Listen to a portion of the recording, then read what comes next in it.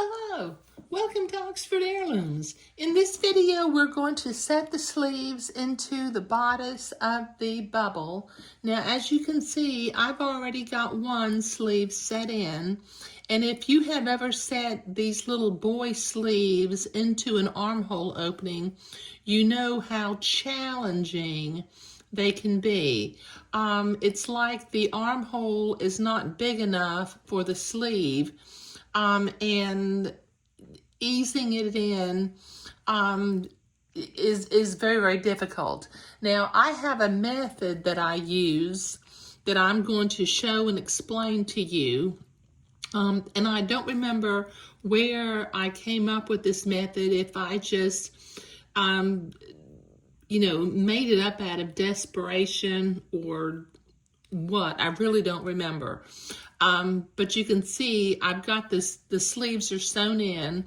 There are absolutely no puckers and no little inadvertent tucks along the seam line. And then I've got the inside seam finished with a zigzag. Okay, now how my method begins. Okay, what I do is my pattern calls for a 1/2 inch seam allowance.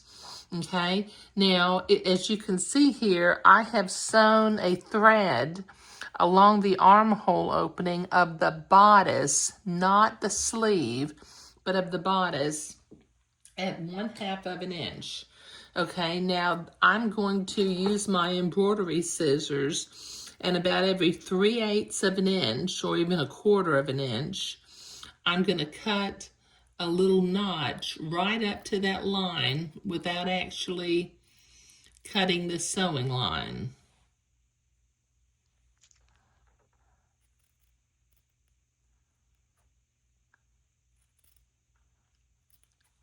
And see, once we cut these notches, I can bring the line out and it flares open. And the nice thing is actually going to end up being big enough to fit the sleeve. So this will take me a minute to get all of these notches cut. So I'll be right back.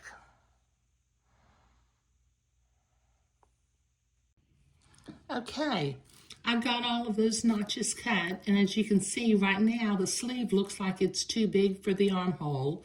But when I stretch out that thread that I sewed and then notched, you can see that it does become closer to the length of the sleeve.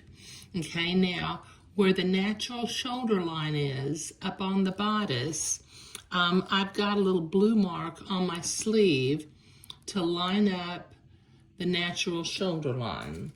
So I'm going to begin to pin my sleeve into place. I pinned it up at the natural shoulder, and then I'm going to bring it down and pin it at the underarm.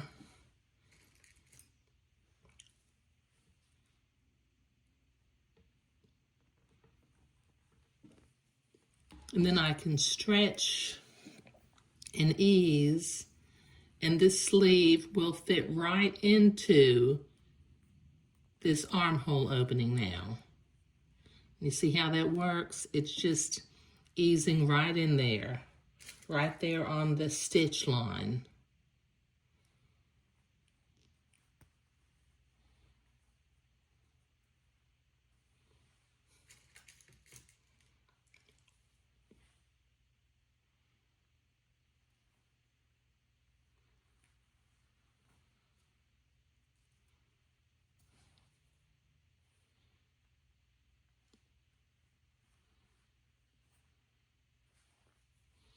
Okay, that's one side. So I'm going to go to the other end of the sleeve at the underarm joint and pin that into place.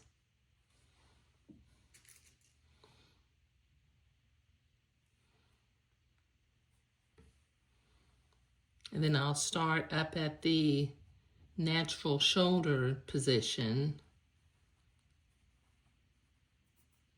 And by flaring the fabric open, Let's see if I can, there we go. It will ease into place. Now don't pull the sleeve. Allow the sleeve to just curve over the top of the armhole opening.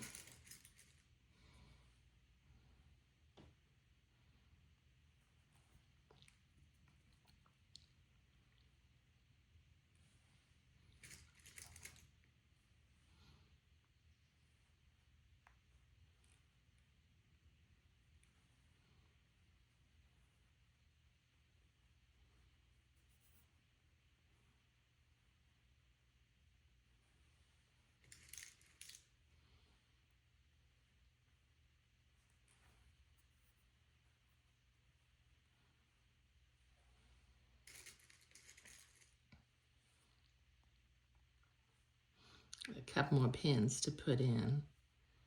This will just ease right into place.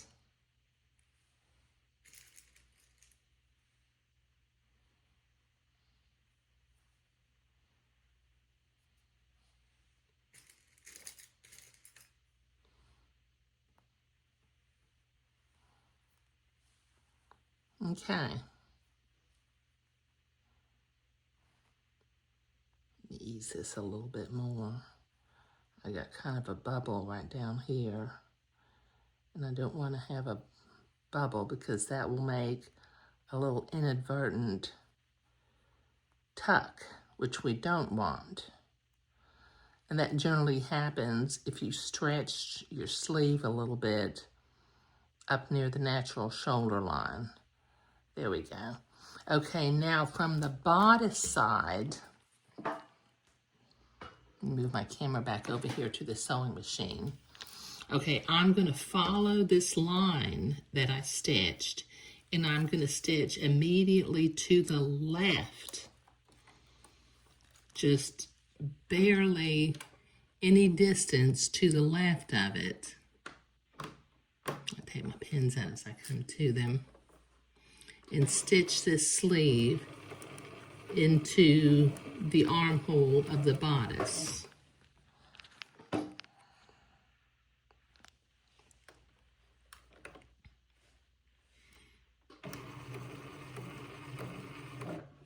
Okay, now you want to stay right to the left of it, because otherwise if you float over to the right of it, the stitch line will show on the sleeve later on, and we don't want that to happen.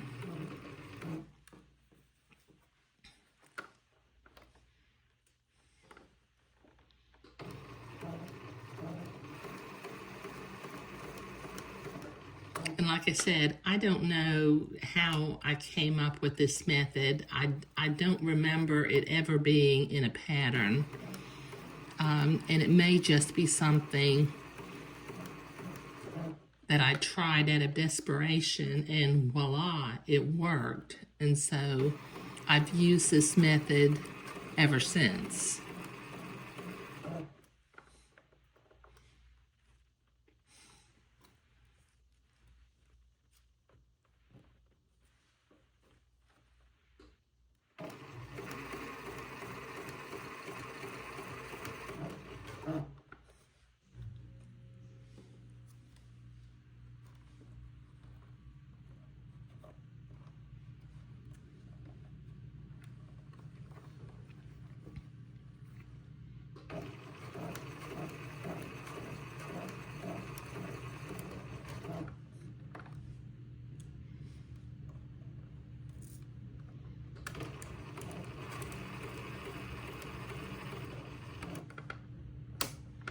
Okay, this is going to take me a minute to get to the end of this sleeve, so I'll be right back.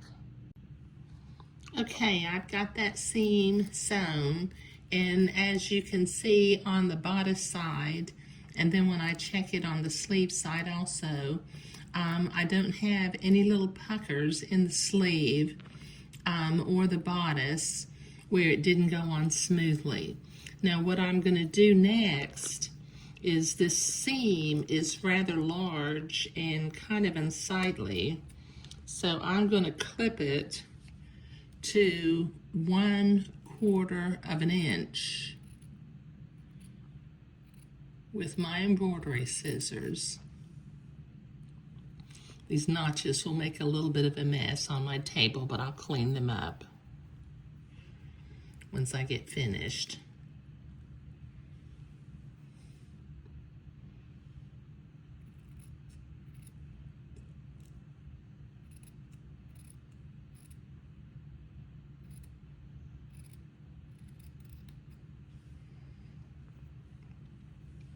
Okay, this is going to take me a minute to trim this seam to 1/4 of an inch, so I'll be right back. Okay, I've got that seam trimmed, so I've got my machine set for a zigzag and the appropriate stitch length and stitch width for finishing off a seam. Now from the bodice side, I'm going to zigzag the raw edge of this seam just to finish it off.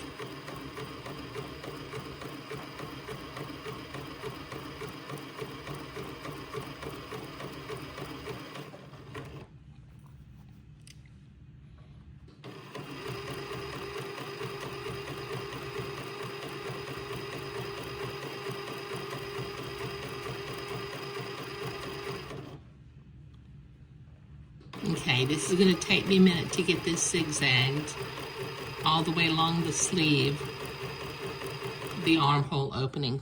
So I'll be right back.